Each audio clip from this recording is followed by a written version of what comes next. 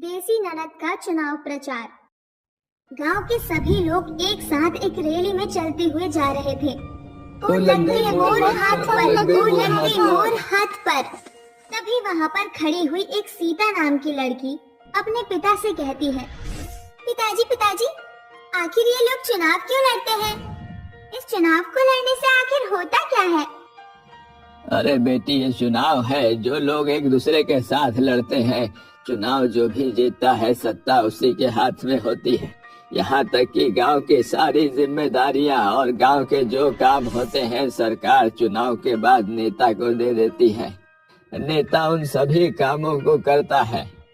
तभी सीता की भाभी कहती है, अरे ये लोग तो सरकार से सिर्फ पैसा हड़पने के लिए ही चुनाव लड़ते हैं। अगर इन्हें गांव की चिंता होती तो आज हमारा गांव इन हालातों में नहीं होता। अगर ऐसी बात है तो फिर मैं बड़ी होकर नेता ही बनूंगी, ताकि मैं सरकार से पैसा हड़पने की जगह उस पैसे को सही काम में लगवा सकूं। अपनी बेटी की ऐसी सोच को देखकर पवनलाल को बहुत खुशी मिलती है। वहीं दूसरी तरफ सीता की पढ़ाई में इतनी लगन देखकर नीलम भी उसे रोजाना अपने पास बिठाकर पढ़ाती है। पवनलाल गरीब जरूर था, लेकिन वो अपनी बेटी को पढ़ा लिखा कर कुछ बनाना चाहता था। ऐसे ही धीरे धीरे कुछ दिन बीतने लगते हैं। अब पवनलाल की बेटी बड़ी होने लगती है। सीता गांव में मैट्रिक पास कर लेती है, जिसके बाद वो अपने पिताजी से कहती है, पिताजी, हमारे गांव में मैट्रिक के बाद कोई सी भी कक्षा नहीं है। मुझे आगे की पढ़ाई के लिए शहर जाना होगा। अरे बेटिया, तुम चिंता क्यों करती हो? मैंने पहले ही तुम्हारे आगे की पढ़ाई के लिए कई सारा पैसा जोड़ रखा है। और अगर पैसा कम पड़ेगा तो मेरी जमीन पड़ी है ना। अरे अगर मुझे उस जमीन को बेचना भी पड़ा तो मैं तुम्हारे लिए वो जमीन भी बेच दूंगा। ये सुनकर सीता को बहुत खुशी मिलती है, लेकिन एक न एक तरफ दुखी भी होती है। लेकिन वो अपने मन ही मन में सोचती है, जब मैं पढ़ लिख कर बड़ी हो जाऊंगी और इस लायक बन जाऊंगी तो मैं पिताजी की मेहनत को सफल जरूर करूंगी। कुछ ही समय में पवनलाल अपनी बेटी को पढ़ाने लिखाने के लिए शहर भेज देता है। जाने से पहले नीलम सीता को गले से लगाकर कहती है, जब वापस आओ तो हमारे सपने को पूरा करना। सीता पढ़ने के लिए शहर चली जाती है। वहीं दूसरी तरफ गांव के नेता चौधरी ने गांव वालों का जीना हराम कर रखा था। उसने जितने भी वादे किए थे वो उन सभी से मुकर गया था और उसने गांव के किसी भी व्यक्ति का कोई भी काम नहीं करवाया था। एक दिन गांव के सभी लोग आपस में बात करते हैं, आखिर ऐसा कब तक चलता रहेगा?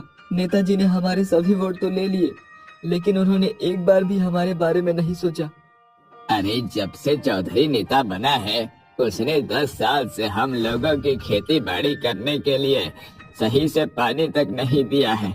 वो क्या हमारे सपनों को साकार करेगा? अरे हमारा नेता हमसे कहता था कि मेरे नेता बनने के बाद पूरे गांव की तरक्की हो जाएगी, लेकिन इसने तो तरक्की के नाम पर हम लोगों की जान निकाल दी है।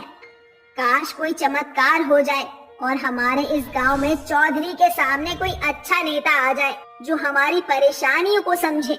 तभी वहाँ पवनलाल आता है और गांव के लोगों से कहता है, तुम चिंता मत करो बेटी, एक दिन हमारे गांव के अच्छे दिन जरूर आएंगे।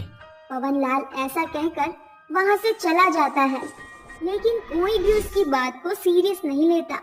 वहीं दूसरी तरफ गांव में पानी की सुविधा न होने की वजह से गांव के सभी लोग इकट्ठा होकर चौधरी के घर जाते हैं और उससे कहते हैं, अरे चौधरी साहब, ऐसा कब तक चलता रहेगा? हम लोगों के खेतों में पानी नहीं है। पानी की कमी की वजह से सारे खेत सूख गए हैं। इस बार पैदावार बिल्कुल भी अच्छी नहीं हुई है। हम आपके आगे हाथ जोड़ते हैं, हमें खेतों के लिए पानी की सुविधा करवा दीजिए। और साथ ही साथ हमारे गांव के सभी रास्ते बहुत ज्यादा कच्चे हो गए हैं, उन्हें भी बनवा दीजिए। कई बार तो गाड़ियों से हम लोगों के बच्चों का एक्सीडेंट भी हो गया है। अरे ये क्या, तुम लोग यहाँ क्या कर रहे हो? तुम्हें क्या लगता है तुम मेरे सर पर आकर बैठोगे तो तुम्हारे काम हो जाएंगे? देखो, अगर इस गांव में रहना है तो चुपचाप सीधा सीधा अपने अपने घर चले जाओ। अगर मेरे सामने ज्यादा फरमाइश करने की कोशिश की ना तो मुझसे बुरा कोई नहीं होगा।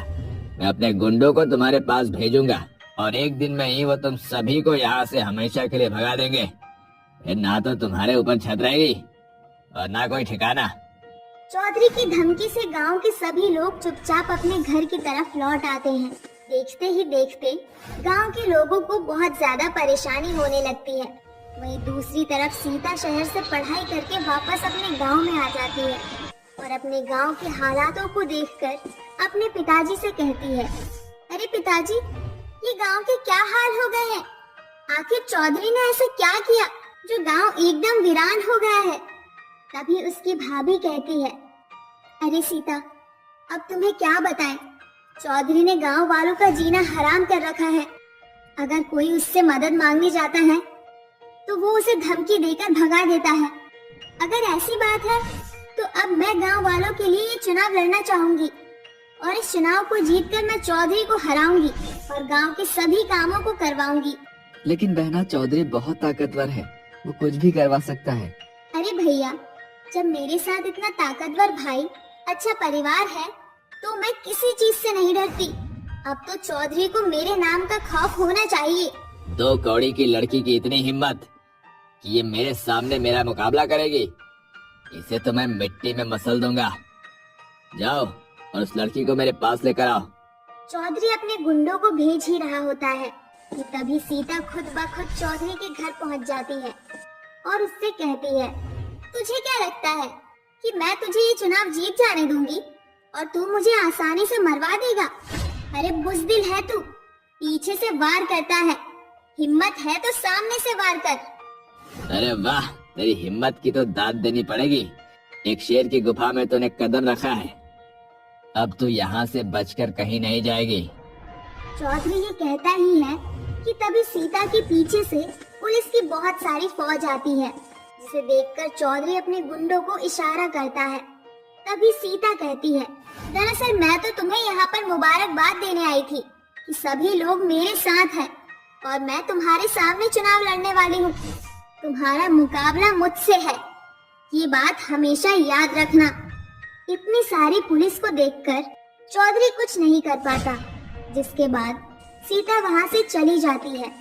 कुछ दिनों में गांव के सभी लोग सीता को वोट देने के लिए तैयार हो जाते हैं, क्योंकि सभी लोग चौधरी से बहुत ज्यादा परेशान हो चुके थे।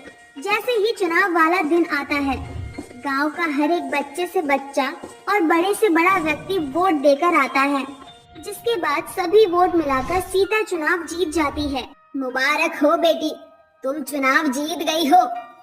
हम जानते हैं तुम हमारे गांव को तरक्की पर जरूर लाओगी। आप लोगों को चिंता करने की कोई जरूरत नहीं है। अब इस गांव में तरक्की के साथ साथ सभी काम होंगे। चौधरी के हारने के बाद गांव में कोई भी उसकी इज्जत नहीं करता, जिसके बाद सीता गांव के हर गरीब की मदद करती है और सरकार से मिला हुआ पैसा वो सही चीजों में इस्तेमाल करती है, जिसके बाद धीरे धीरे पूरा गांव तरक्की के पथ पर चलने लगता है और उनकी सभी परेशानियां दूर होने लगती है।